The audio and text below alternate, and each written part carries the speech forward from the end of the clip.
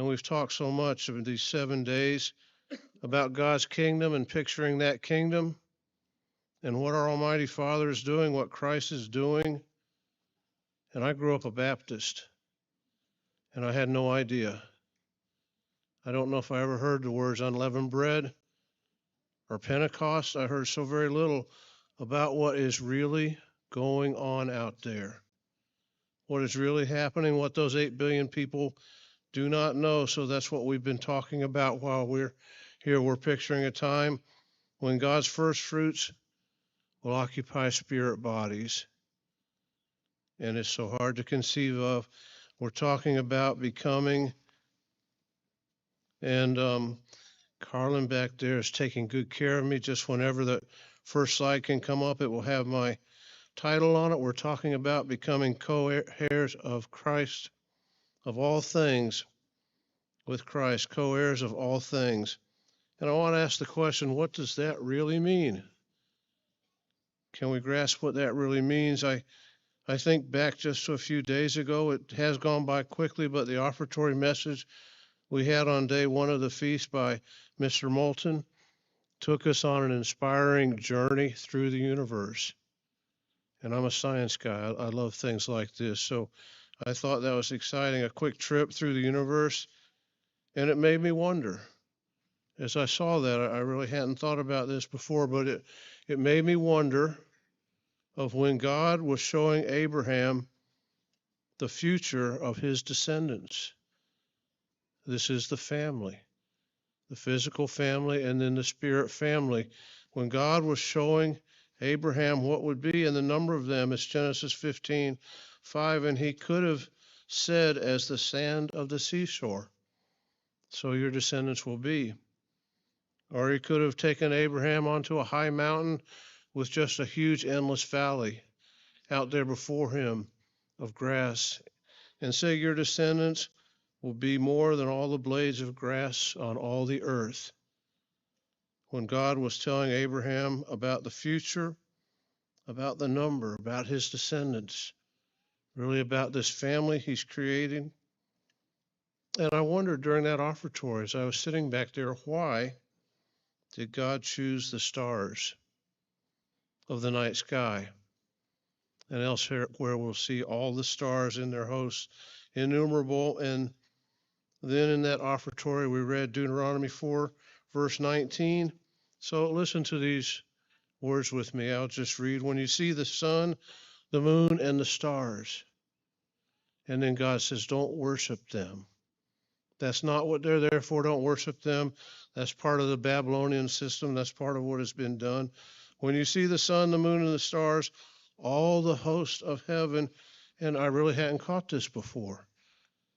This was something that came out to me as that was read, which the Lord your God has given to all people under the whole heaven as a heritage. And I just did dictionary.com last night for definition of a heritage. And so we're talking about the moon and the stars and what's out there.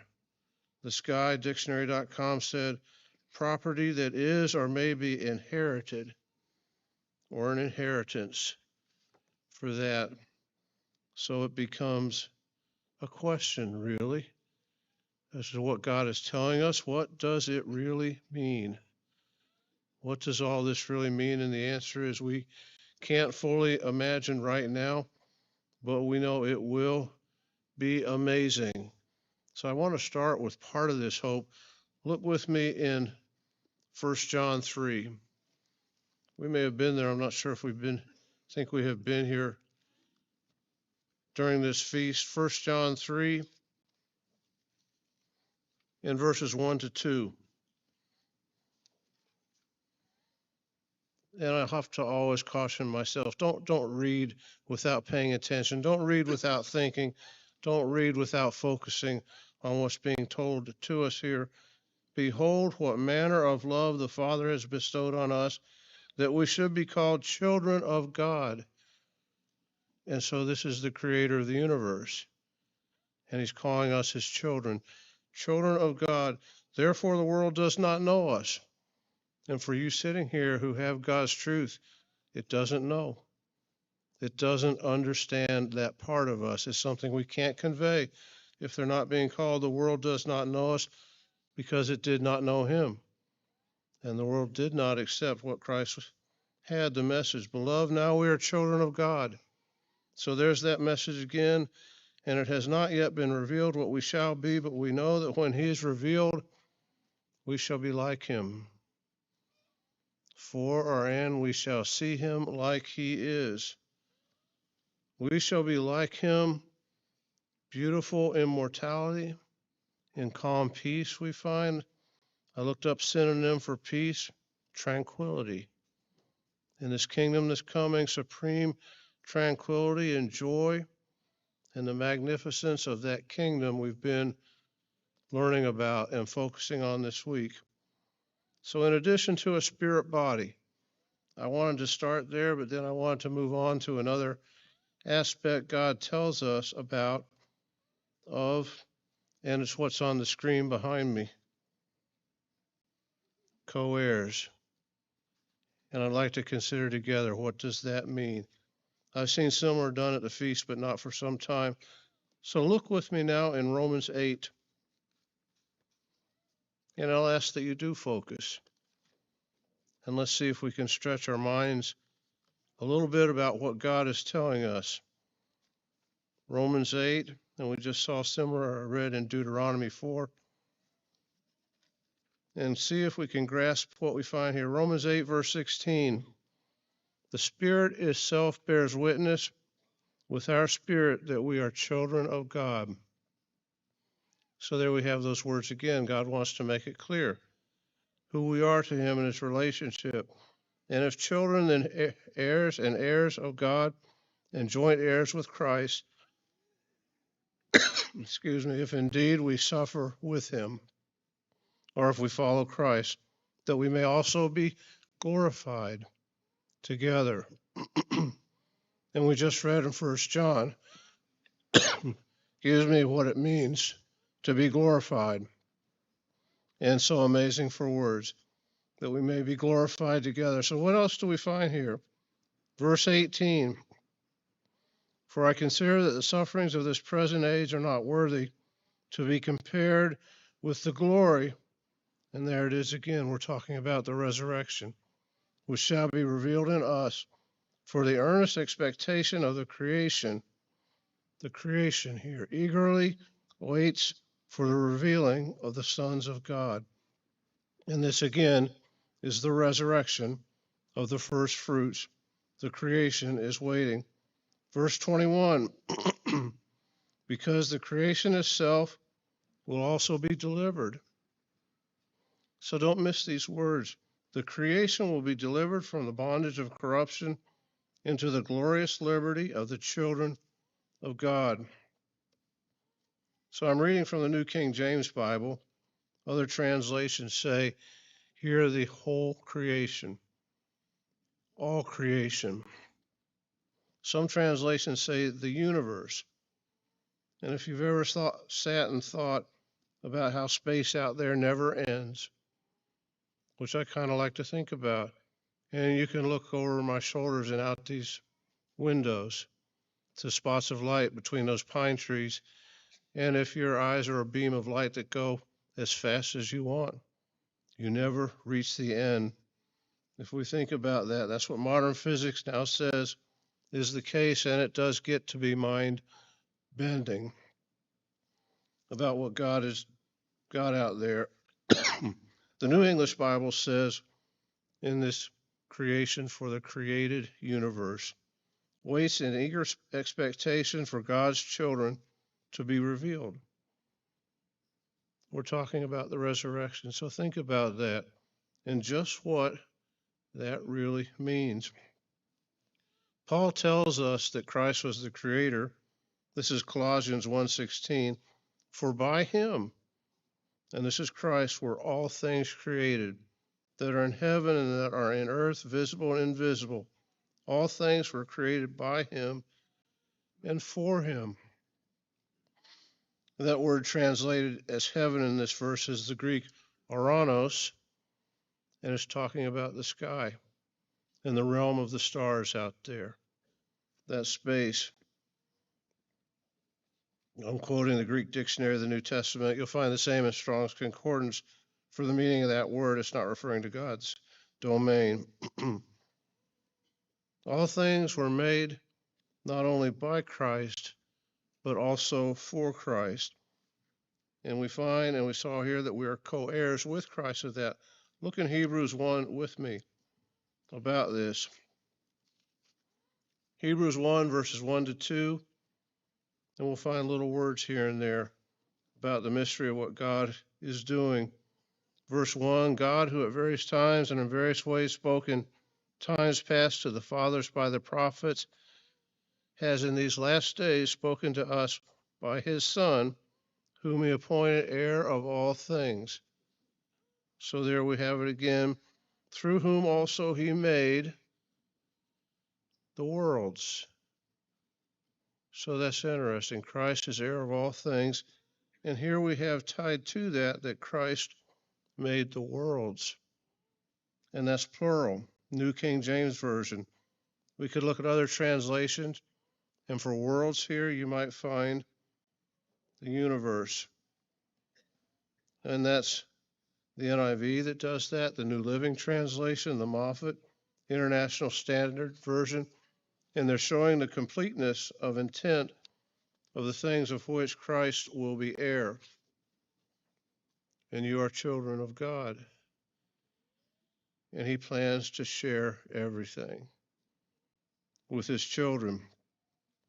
So as we're at the feast, we consider the coming kingdom and we consider God's coming government under Christ.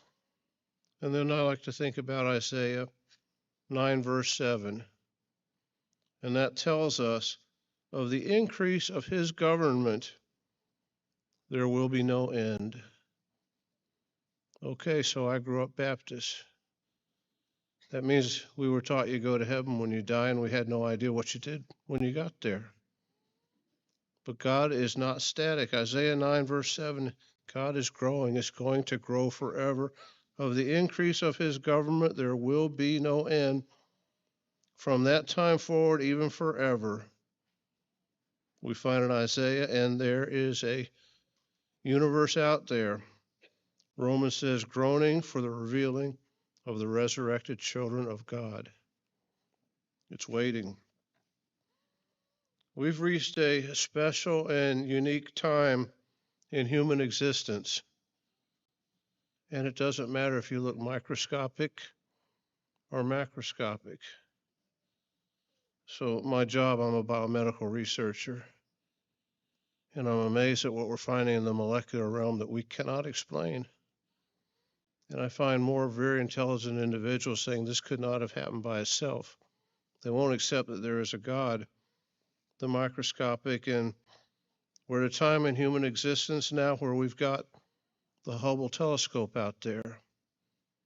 And we've got the Webb Space Telescope, and they're showing us the magnificence of these all things. And it makes me wonder some if we're just reaching a time as we creep closer to the time of the end where God is saying, let me show you. Let me show you this universe.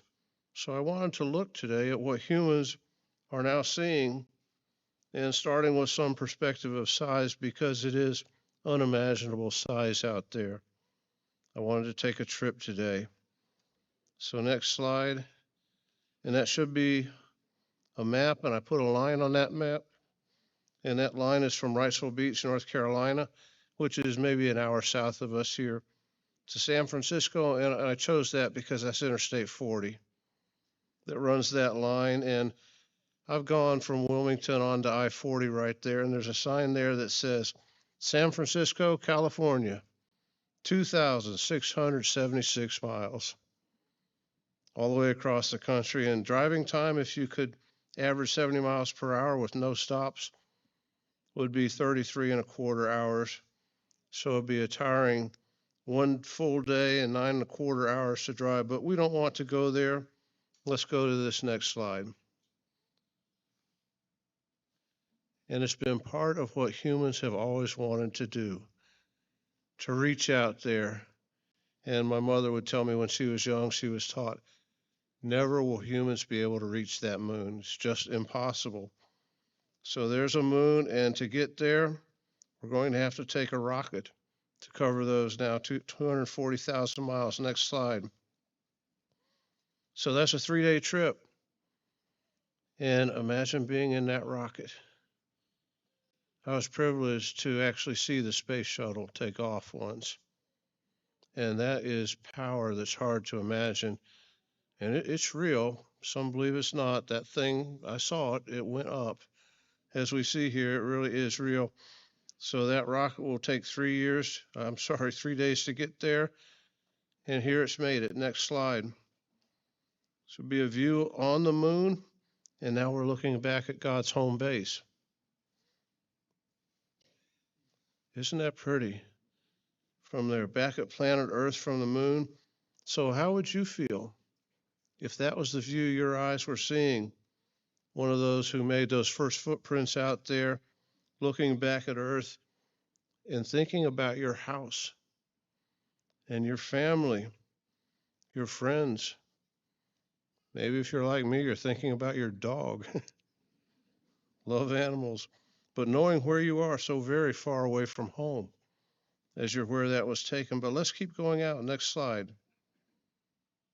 And stop for a moment and look at this one. This, of course, is an artist's drawing, but it gives us some idea. And way down here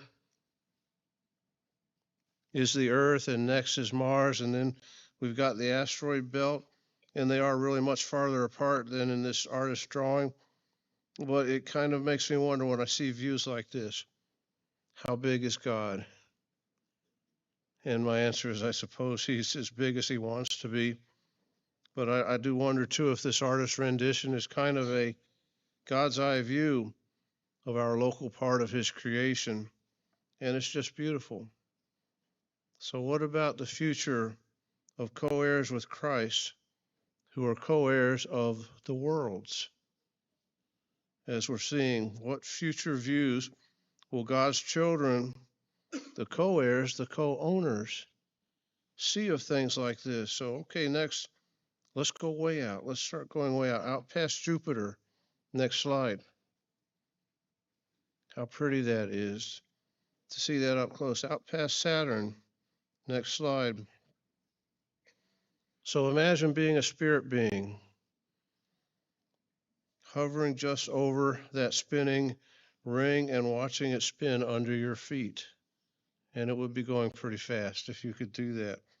So excited. Next slide is Uranus.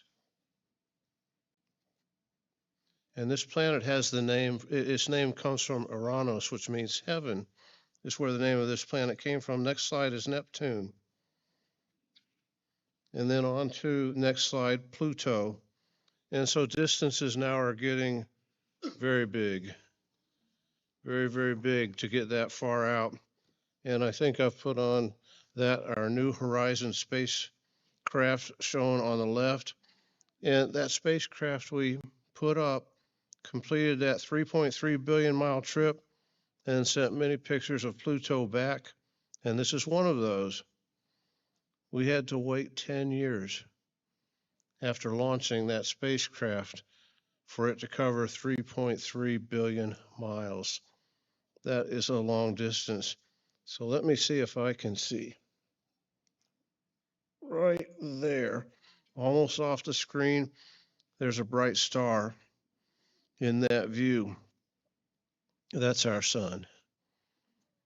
That's what our sun looks like from Pluto, how small it looks from that far away. And Earth now is somewhere way, way down, closer to and going around that sun. So at this point, we've got to have a speed much faster than 10 years to move any further out, to talk about trips any farther out into the realm of all things that God has made, into this domain of the worlds created by Christ. So let's use the speed of light. Next slide. And so this is 186,000 miles per second. 1,001, 1,000, boom, you've just reached the moon. That fast. A second and a small part of a second 1.3 seconds, you're already at the moon. 5 hours, 20 minutes will get you to Pluto. Now, at that speed, it still takes 5 hours and 20 minutes to get you to Pluto, but that's a lot better than 10 years, than our 10 years time. And now think about what humans have always thought about. You know, as old as I am, Star Trek came out when I was young, and we've just always thought about getting out there and exploring space, what's out there, the other stars that God has placed in our view. And the next slide is a nighttime view of the sky. And so you can see a good number of stars. If we turned all the lights off in here, you would see more, and it's a beautiful view. And it does make me think again about God showing it to Abraham, the stars that he chose for whatever reason as your descendants. This is the family that God is working on will be like. And let's focus more on what God told us. I am making you co-heirs of all things. That's my intent. That is my desire of the worlds. It's part of what Mr. Armstrong used to describe as the incredible human potential. And those are words, too, that are true and accurate. The incredible human potential. And the more I see it, the more I wonder at times, just what is God really offering as we do this, as we move forward. So in that night sky, the closest stars to us are the Centauri stars. These are names we gave them. Alpha Centauri is the fourth brightest star in the sky. It's a little over 4 light years away. In other words, it takes light 4 years to get from there to here, and we see it. Our Voyager 1 spacecraft is pictured on the next slide. And so the horizon was the one I showed going to Pluto. This is Voyager. We launched this in 1977. It's been traveling 8 miles per second ever since, so that's quite a speed for 47 years. This is the first human-made object to leave our solar system, meaning our sun with its planets. This is the first one to reach interstellar space. Voyager 1 will need another 70,000 years to reach that first star. The first star, the closest star. That's how big this domain is that God has made out there. Voyager 1 will need another 70,000 years, and humans can't travel that far. We don't live long enough. It just doesn't work. Most stars in the Milky Way are much farther than 4 light years away. They're in the range of 50,000 to 100,000 light years away, so the Milky Way is our galaxy. For a long time, we thought that's all there was. Just this cluster, lots of stars around us. We're reaching distances that don't make sense to a mortal mind. Mortal beings, it will take over 1 billion years for Voyager 1 to reach the edge of our galaxy. And you know what? It's not getting anywhere. It is still not getting anywhere for what's out there in the big picture of God's creation. So, but wait a minute, on this next slide, and I hope you can see, I put a red circle on there, and it's around a small blurry star. And humans first started finding these in the mid-1700s. We didn't know what they were. We just knew there were some funny, small, blurry stars out there, as in that red circle. And if you know where to look, and it's a dark enough night, you can see these with your unaided eye. If you're enough of an astronomer, I would need someone to say, look here, here, and between those right there. To do that on a dark night, and you can see others like it, although they are quite dim. And astronomers realize that light from this one in the red circle did something funny. It did something different. Next slide. What we learned over time was that we can aim a telescope at a star, let the light come through and go through a prism, and it divides into the different colors. And depending on how far the star is away, the red shifts more and more. The red part of that is called the red shift. It's kind of like when a train goes by and it passes you and it goes boom, and it sounds different as it goes by. Those are sound waves. These are light waves. they do the same thing. And so from how that red part shifts, we can calculate how far the star is away. And so we did that. As humans, we like to learn, we like to follow, we like to understand, and we did that in times past for hundreds and then even thousands of stars, and the furthest ones out were about 100,000 light years away. And we knew that until an astronomer pointed the telescope at the blurry star on that last slide and did the redshift and said, something is not right here. That little blurry star is way, way far out there. Is it real? What am I looking at? Why is it so much farther away than the other stars we've looked at up to that time? What is this that I'm looking at? So we're going through a little bit of history, but not that far back. And that astronomer said, I'm going to put my redshift telescope aside. Let's put a bigger telescope on that and have a look at it. Next slide. Okay, something's starting to form. It's still blurry, but it seems to have a bright center and some kind of hazy cloud around it. And you can imagine yourself, what is this thing? What is this thing in the sky that I found? And so if we go back to 1923, and a person named Edward Hubble, who Hubble telescope is named after, took this next image on this next slide, biggest telescope we have, to aim at this new thing. Can you imagine you looking at that for the first time? We didn't know this was out there. It's a shaky feeling for those first astronomers who saw this and realized it's an entire another galaxy out there. That's what that blurry star was. That's what we have found. Our Milky Way isn't the only one. This way far away star is mind-boggling. It's another galaxy. We named it Andromeda. It's 2.5 million light years away. And what you're looking at is 200 to 400 billion stars. And like the Milky Way, we estimate it's home for hundreds of billions of planets. Deuteronomy 4, the stars, the night sky is a heritage for you. It just kind of makes your mind wonder. What is God doing? And God's word tells us Christ made the worlds.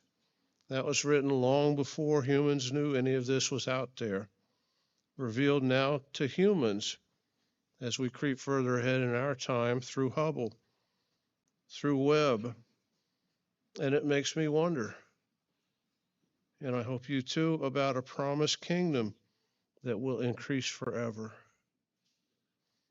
You know what's most remarkable about the picture that's on that screen up there? To me, what's most remarkable about that is that's real. It's really out there, and if you're not sure that's the case, get on eBay and buy a $400 telescope, and you can verify for yourself that it's out there. So look at that galaxy and imagine our Voyager 1 taking over 1 billion years to go from one edge to the other of what's on the screen up there. To cross that, imagine hundreds of billions of planets in there. Imagine what God tells his children in his word. You are co-heirs with Christ of all things, of the universe. And when that first astronomer finally pointed a telescope this way to see another galaxy for the first time, I think Hubble and the people, whoever might have been around him, might have shook in their boots when they said, look, there's another one in the field of that screen. Next slide, I put a red circle around it. And that's opened the doors to humans finding, next slide, another, and another, and another.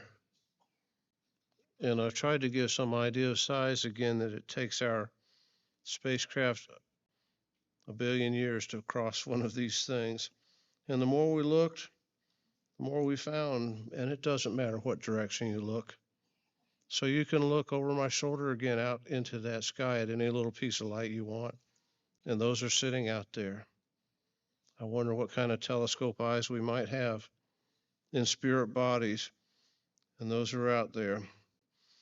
You might have seen just last year, astronomers found a nearby star. So that means within the Milky Way. We can't see anything like this outside of the Milky Way. They're too far. But the nearby star had 7 planets and 7 worlds orbiting it. Next slide. We'll show an artist's drawing. And most of these we find, these stars have big planets around them, like Jupiter and Saturn. They're gas planets. They wouldn't be a place anything could live, but several of these are believed to be close to the size of the Earth. So think about what's in those other galaxies out there. So this again is in our own, what it might mean to be this kingdom we're focusing on while we're here, to be co-heirs of Christ. And this next slide to me might be the most amazing picture ever taken by humans. It's too remarkable for words. It's the famous Hubble telescope deep space view. And if we could make this room totally dark, you would see little spots of light going on and on back into that slide. And it looks like the night sky, except every star in this image is another galaxy. That's what's out there. And this one comes from looking into a piece of space the size of a dime from 50 feet away. So with your eyes now, just move a dime 50 feet away towards the window. And that's the size of space we're looking at. Has to be smaller, else you'd have bright, very bright local stars. I say local, 50 to 100,000 light years away. So a dime smaller than a penny. And that's what we see. And it's such a small piece of space that multiplying up, scientists estimate now that we can see at least 200 billion galaxies out there, not solar systems like we have around our sun, but full galaxies. We can see now more of these huge galaxies than the number of humans who have ever existed. The next slide. I have a galaxy on the middle of that one. Each one of these, again, some 100,000 light years across, containing 100 to 200 billion stars, 100 billion or more planets we really don't know. So I ask again, just what might it really mean to be co-heirs with Christ of all things? Just where will God's children be going as spirit members of a united and joy-filled and excited family? And this is going to be exciting as we go forward, occupying bodies that will be like Christ. How amazing might it truly be, fellow feast goers, as we've been asked to come here and consider God's kingdom. Do you think it'll be fun? I do. I think it'll be great fun. Go to Matthew 25 with me. So Mr. Boykin went to the same parable basically in Luke. Matthew 25 is the parable of the talents here. And I just wanted to look at part of the words that we find and words that are easy to skip over. Words of Christ to his saints at the resurrection. Matthew 25 and verse 20. So he who had received the 5 talents came and brought 5 other talents, saying, Lord, you delivered to me 5 talents. Look, I have given you 5 more besides them. And his Lord said to him, well done, good and faithful servant. So these are the words we all want to hear. Well done. You have been faithful over a few things, and we just heard this parable. I will make you ruler over many things, and here's a little bit more here in Matthew. Enter into the joy of the Lord. Enter into the joy that God has prepared for you and an exciting and fulfilling future as we take part in a kingdom that will grow forever under a God who loves us. Verse 22, he also who had received 2 talents came and said, Lord, you delivered to me 2 talents. Look, I kept the Sabbath. I kept the holy days. I came to tabernacles. I tried to live by your commandments. And his Lord said to him, well done, good and faithful servant. You have been faithful over a few things. I will make you ruler over many things. The word here for joy, welcome to the joy, or enter into the joy of your Lord. If we look, this word means the happiness, this kingdom that's coming, the cheerfulness. It also means the delight. Welcome to the delight I have prepared for you. 1 Corinthians 2:9 tells us, eye has not seen nor ear heard, nor has entered into the heart of man the things which God has prepared for those who love him. So I'm just trying to get some feel of what all this might be. Verse 10 says, but God has revealed them to us through his Spirit. So let's go back and close where we started in Romans chapter 8.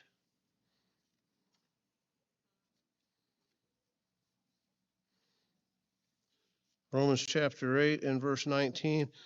And now, seeing these things we've seen, think about what this might mean. Romans 8:19. I'm in Romans 9. Romans 8, verse 19. For the earnest expectation of the creation, the word that means everything. The word some translations put in the universe to convey the fullness, eagerly waits for the revealing of the sons of God. This is that family that's going forward. This revealing is the resurrection. Verse 21, because the creation itself also will be delivered from bondage of corruption into the glorious liberty of the children of God. There's children of God again. This is what God is doing.